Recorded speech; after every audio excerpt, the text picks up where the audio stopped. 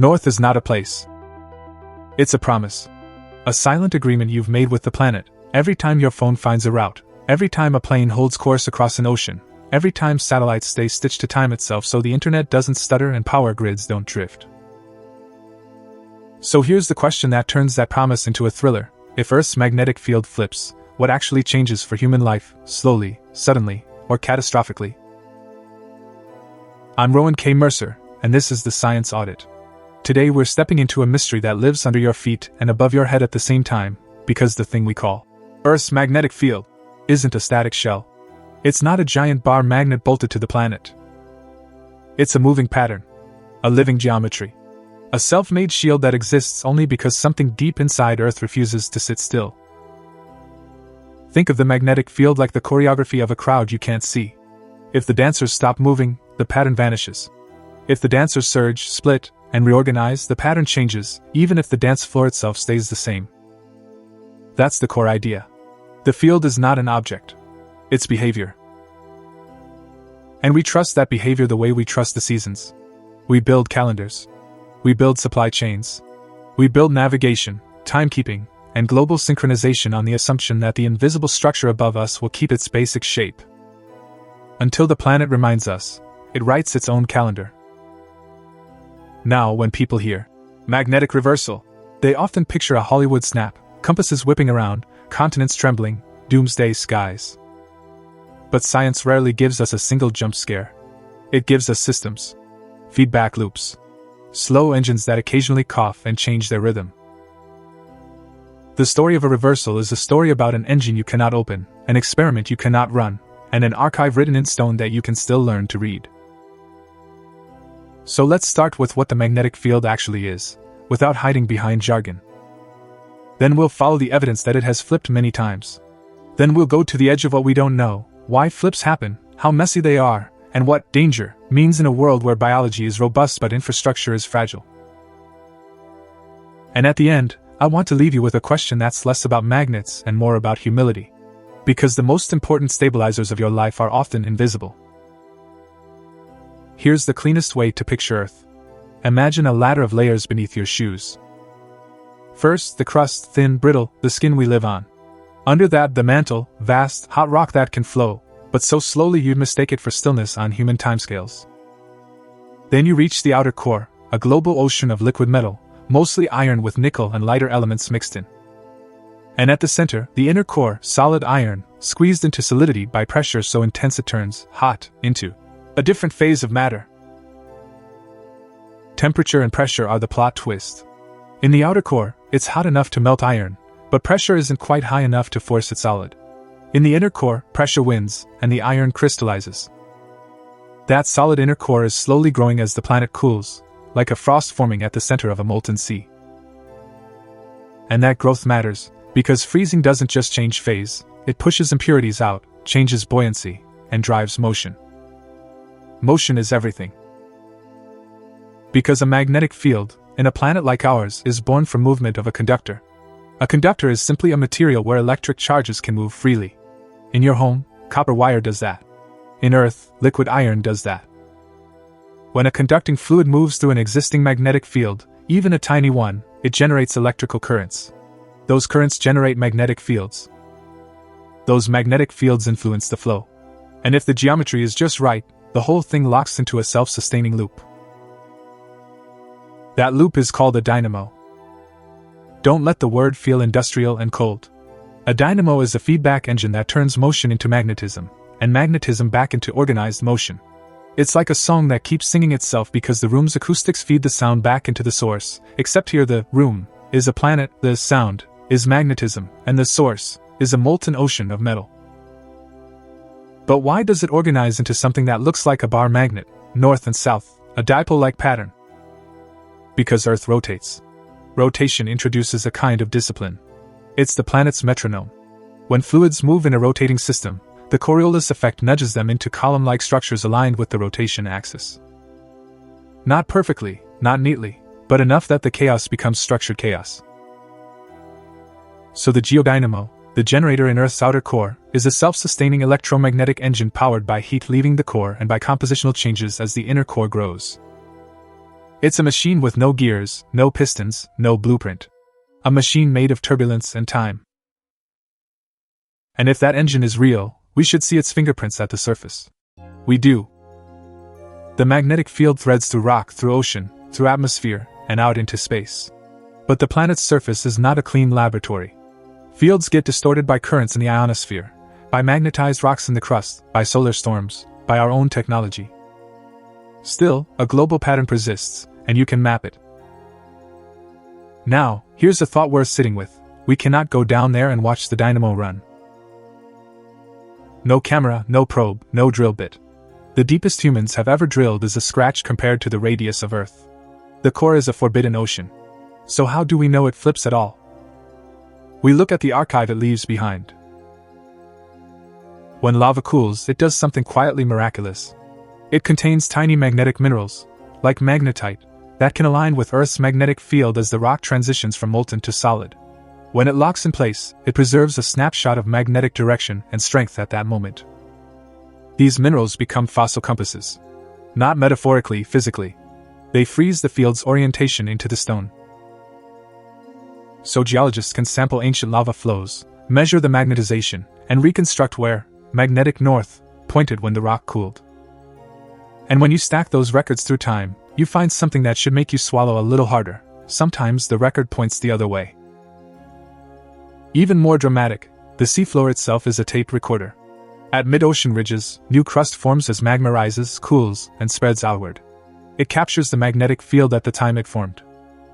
Over millions of years, as the seafloor spreads, it lays down stripes, bands of rock magnetized one way, then the opposite, then back again. Symmetric patterns on either side of the ridge. Like a barcode stamped across the ocean basins. That barcode is one of the cleanest, most beautiful proofs that Earth's magnetic field reverses. Not once. Not twice.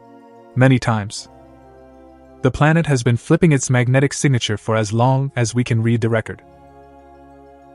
So how often does it flip?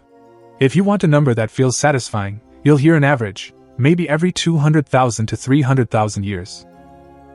But that average is a trap if you treat it like a schedule. Because reversals are irregular. Sometimes the field holds one orientation for tens of millions of years. Sometimes it flips more frequently. The last full reversal, the last time the global field truly swapped polarity, was about 780,000 years ago. That boundary has a name, the Bruns-Machiyama reversal. And in between full reversals, the field can do something that's almost like a stumble. A temporary misstep where it changes direction for a short time and then returns. Those are called excursions. One of the most famous is the Lost Champs excursion around 41,000 years ago, when the field weakened dramatically and the poles wandered far from their usual positions.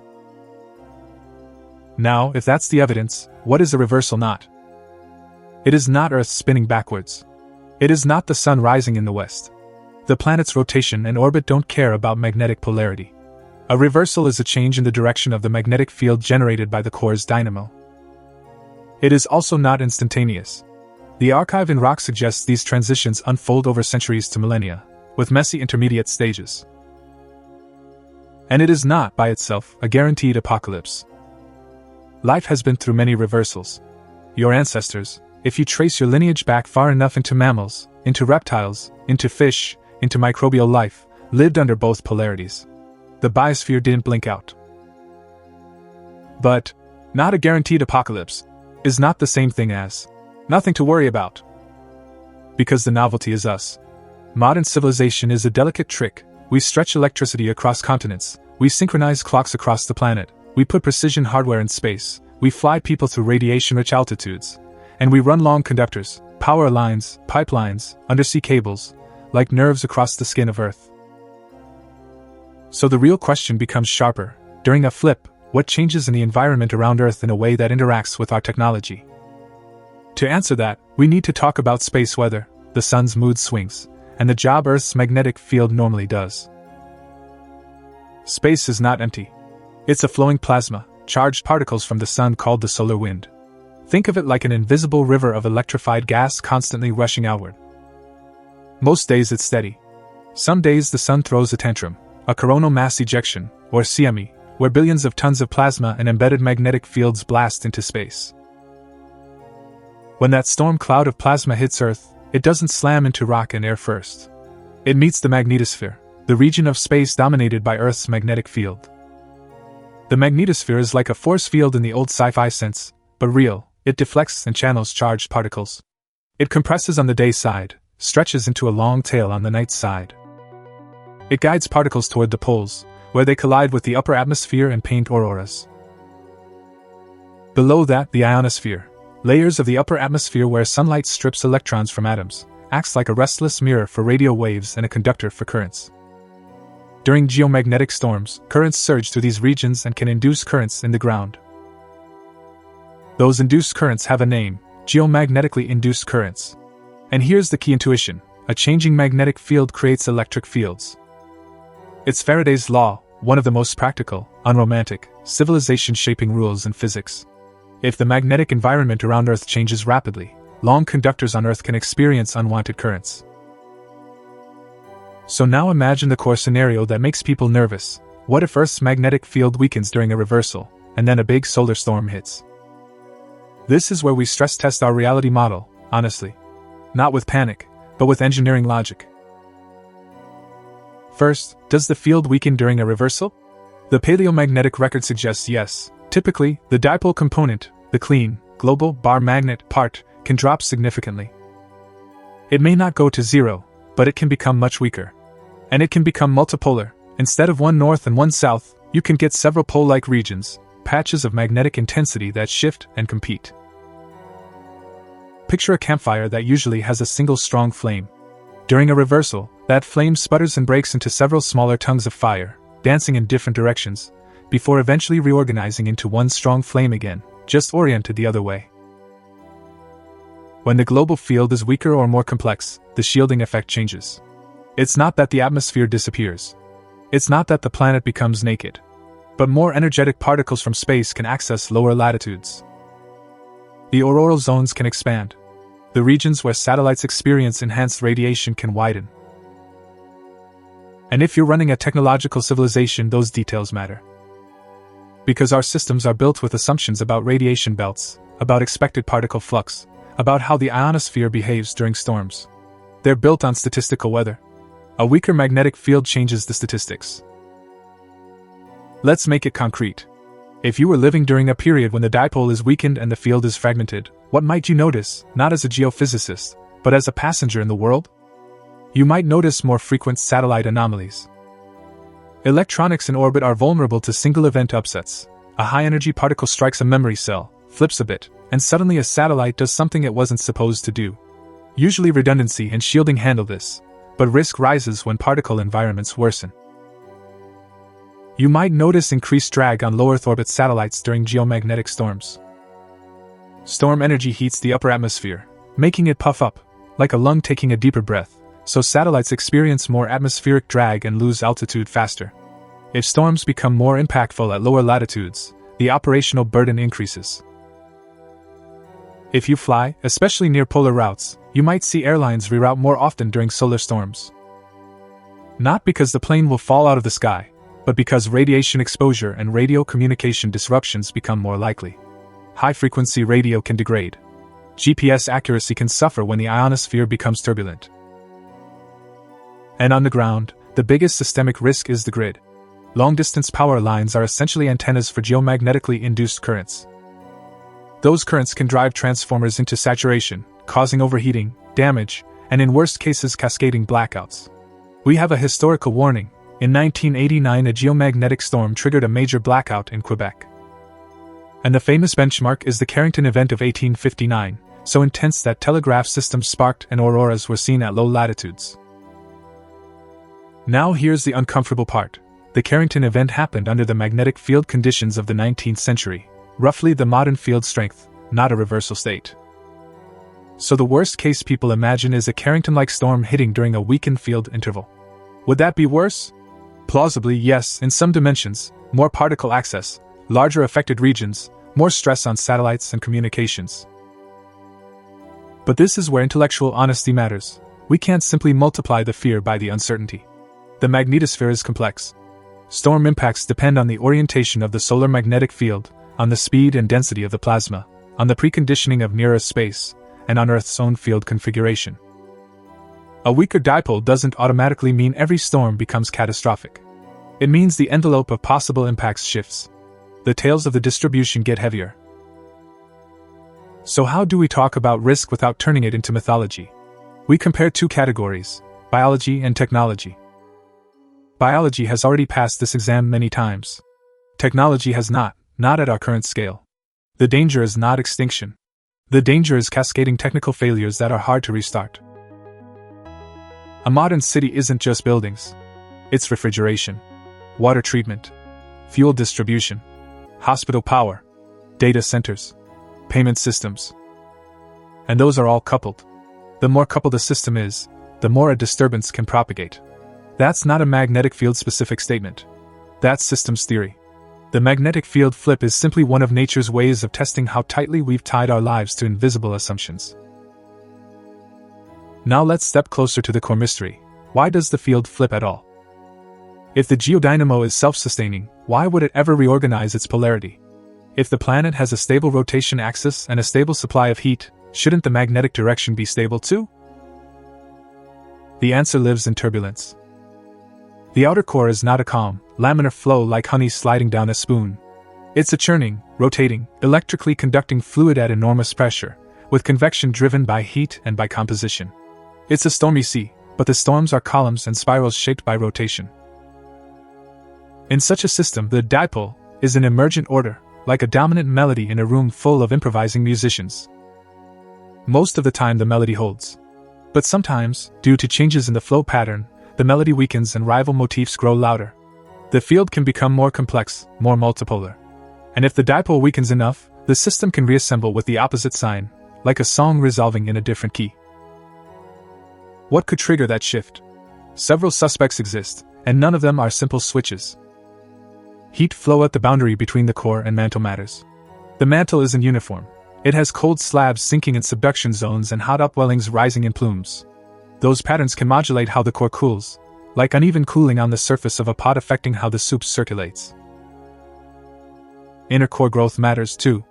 As solid iron crystallizes at the center, it releases latent heat and also expels lighter elements into the outer core, driving compositional convection. That's buoyancy fuel. But the rate and geometry of that process can vary over geologic time. And then there's sheer nonlinear chaos. In Dynamo simulations, numerical models that try to capture the physics, we see reversals happen in a way that looks like a complex system wandering through its own phase space.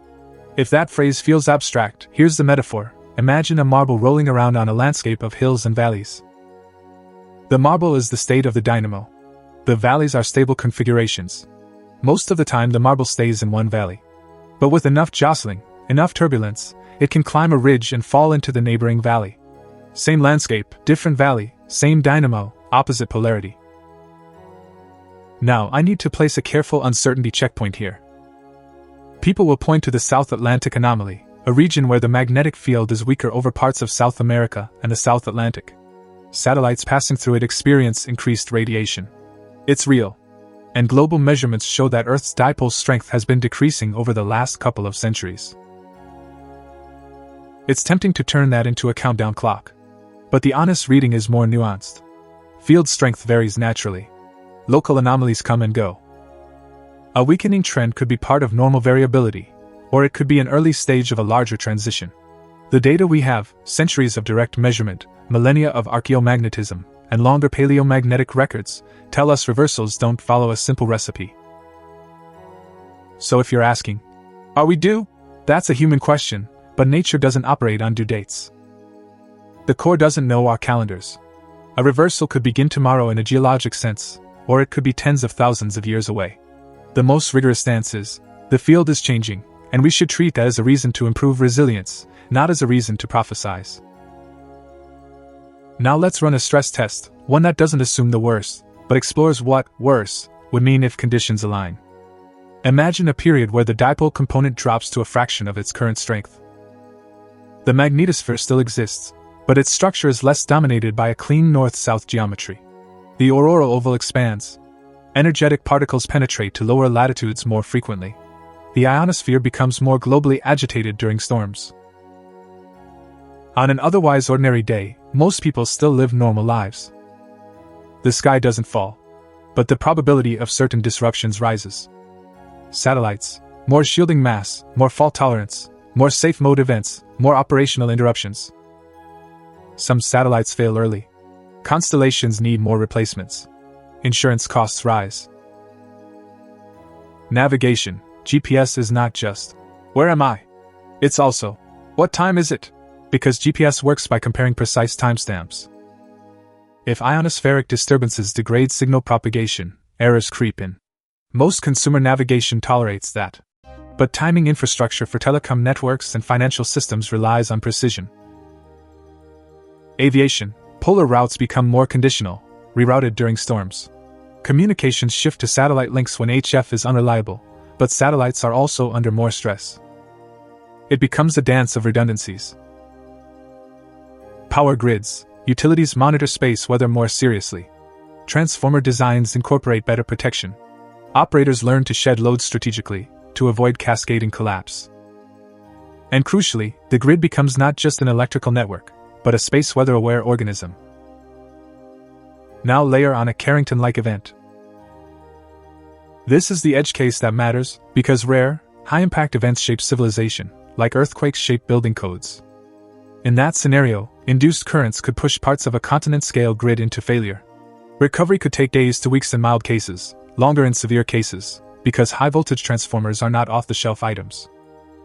They're custom-built, heavy, slow to replace.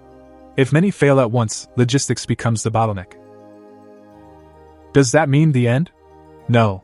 It means we should stop treating resilience as optional. It means we should treat space weather the way coastal cities treat hurricanes, not with panic, but with preparation. And here's the subtle twist: many preparations help even without a reversal. Hardening satellites, improving forecasting, building grid protection, adding navigation redundancy, these are good ideas under today's magnetic field as well. So what does preparedness look like specifically? It looks like transformer protection and operational protocols that assume geomagnetically induced currents will happen again, because they will. It looks like grid segmentation strategies that prevent a local failure from becoming a continental cascade. It looks like satellite systems designed for graceful degradation, redundancy, radiation-hardened electronics, better anomaly detection, better autonomy. It looks like space agencies and private operators coordinating on storm response the way meteorologists coordinate on hurricanes. It looks like better space weather forecasting, more solar observatories, better models of CME propagation, better monitoring of the solar wind upstream of Earth. A few hours of warning can be the difference between controlled shutdown and uncontrolled failure. It looks like navigation resilience beyond GNSS, terrestrial backups like ELORAN, inertial navigation improvements, cross-checking systems that don't all fail the same way. Because the most fragile systems are the ones with a single point of trust. And it looks like aviation protocols that treat radiation and communication outages as dynamic weather, not rare surprises. This is already happening. The point is to keep scaling it. Now zoom out with me. Because the deepest payoff of this story isn't just technical. It's philosophical in the most practical sense. We live inside invisible stabilizers. Fields. Feedback loops. Slow planetary engines. We tend to give credit to the things we can touch, steel, concrete, screens, while forgetting the unseen scaffolding that makes those things reliable. Earth's magnetic field is one of those scaffolds. It is not a wall that guarantees safety. It is not a binary on-off switch. It is a dynamic negotiation between our planet's molten interior and the sun's electric wind. And that negotiation has always included change. A reversal, then, is not the end. It's a reminder that normal is a temporary configuration of a living Earth-Sun system. We are not living on a static rock. We're living in a coupled set of machines, Earth's core dynamo below, and the Sun's plasma dynamo above. Two engines, one nested inside the other, interacting across space. And if that feels abstract, bring it back to your own body for a second. Your heart is a dynamo of sorts, pumping, circulating, maintaining a field of pressure and flow that keeps you alive. You don't feel every beat. You don't see the pressure gradients. But your entire life depends on them. Civilization is similar. It depends on currents you don't see, electrical currents, data currents, supply currents, and on magnetic conditions you don't think about. That dependence is not a flaw. It's just the price of complexity. So here's the synthesis, what we've learned on this journey. Earth's magnetic field is generated by a self-sustaining dynamo in the liquid outer core, moving conductive metal organized by rotation, feeding back on itself through induction. The field has flipped many times, proven by fossil compasses in cooling lava and barcode-like stripes on the seafloor. Reversals are irregular, not scheduled. They typically unfold over long timescales and involve weakening and complex multipolar phases. Life has survived them repeatedly. The main risk is not biological collapse but technological vulnerability, especially when space weather interacts with the weakened or reorganized shield. Now the contemplative takeaway, the thought experiment I want you to carry into your next ordinary day. Imagine that tomorrow, your city holds a field audit. Not of finances. Not of buildings. Of invisible dependencies. What assumptions does your life make about stability you never see? About timing signals from orbit? About the grid being constant? About the sky being quiet? If one invisible stabilizer drifted, not vanished, just drifted, what would you want to be resilient first? Your home, your hospital, your community, your food chain, your communication? And now the next great question, the one that opens the door beyond this video. If your world depends on something you can't see, how do you learn to measure it? And how do you build humility into your technology before nature forces the lesson? If you want to keep going, click the video on the end screen, because it picks up this thread and pushes it into a bigger frontier. And if you want more audits like this, where we separate cinematic fear from physical reality, without losing the awe, subscribe. I publish investigations that help you think clearly about the forces shaping your life. One question for you, straight and simple, when you hear magnetic field reversal. What worries you more, satellites, the power grid, or something else entirely? Tell me in one sentence. I read these, and they shape what we audit next.